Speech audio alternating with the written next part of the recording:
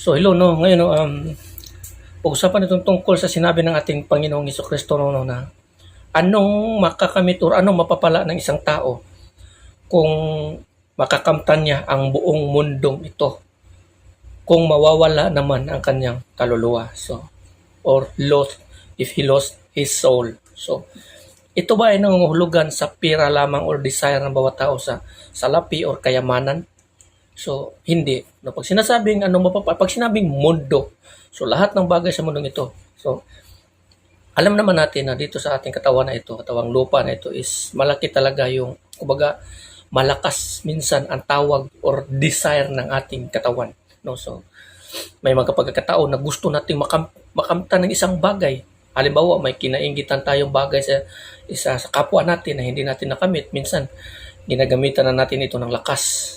No, so may pagkakataon din nagiging sakim tayo. May pagkakataon din na halos 24/7 tayo nagtatrabaho para lamang makamit ang isang bagay na ito. No, so may mga pagkakataon na gusto nating makamit ang mga pangarap natin. Magkaroon ng magarang bahay, kotse, kayamanan, kasikatan, or maging anuman.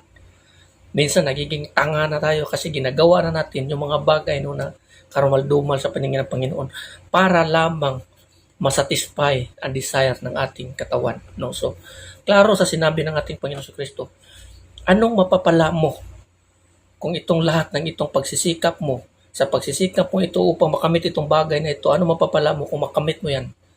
Kung mawawala naman ng iyong kaluluwa. Or if you lost your soul.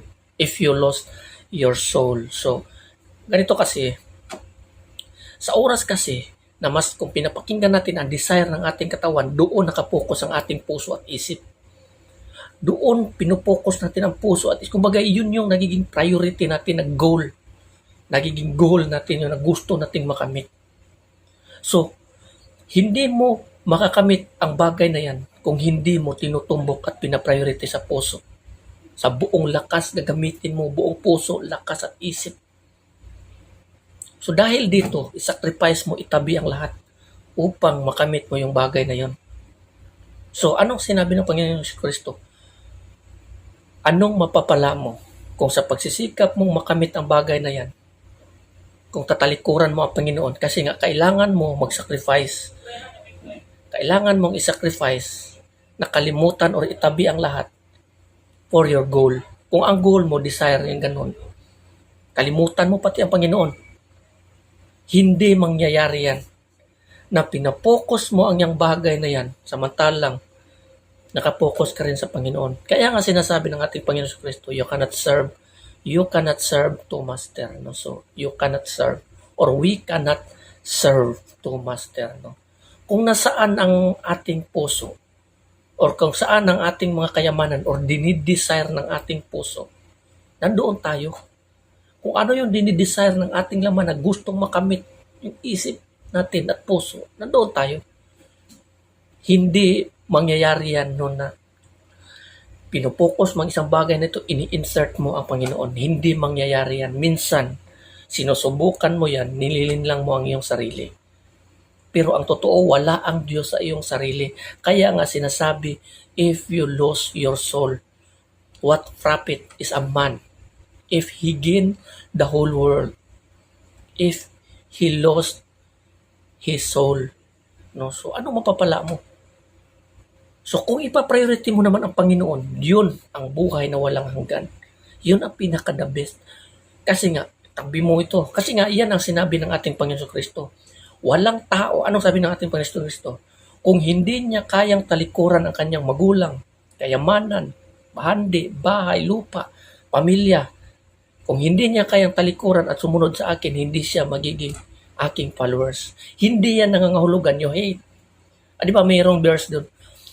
Kung hindi mo, kumbaga, tatalikuran, no? So hindi yan nangangahulugan, iiwan ko na yan. Bahala kayo dyan. So hindi yan nangangahulugan ng ganon. Hindi po yun ganon ang ibig sabihin nun. Ang ibig sabihin po nun is kailangan sa puso at desire ng iyong katawan ang Panginoong Hesukristo. Huwag kang mag-alala sa iyong pamilya. Kasi nga ang sinabi ng kasulatan, believe in the Lord Jesus Christ and you will receive you in your household. So pag sinabi niya, you will be saved. You, ikaw, in your household at ang iyong pamilya. So kailangan i-priority mo ang Panginoon. Huwag kang mag-alala sa mga naiiwan mo. Hindi mo yan nangangahulugan na itatakwil mo gaya ng iba na may ibang religion no, na ayaw na namin kayong tanggapin kasi kailangan iiwan namin kayo. So mali po yun. Kasi kung ginawa nyo yan, nangangahulugan, hindi nyo na iginalang ang iyong magulang. Honor your father and your mother. So tinapakan nyo ng lahat.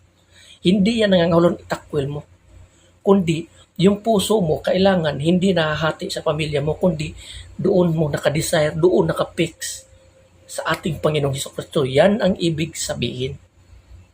No? So yan ang ibig sabihin. Hindi yung hate kayo. Kasi ang sabi ng Panginoon, kailangan kung hindi siya magtatanim ng hate sa kanyang pamilya, ay hindi kami magiging kanyang followers. So mali na naman ang pagkaintindi. No? So mag-ingat po tayo. No? So ang nakasulat sa Biblia, intindihin natin. Kasi yan po yun. No? So, hanggang dito na lang. God bless everyone.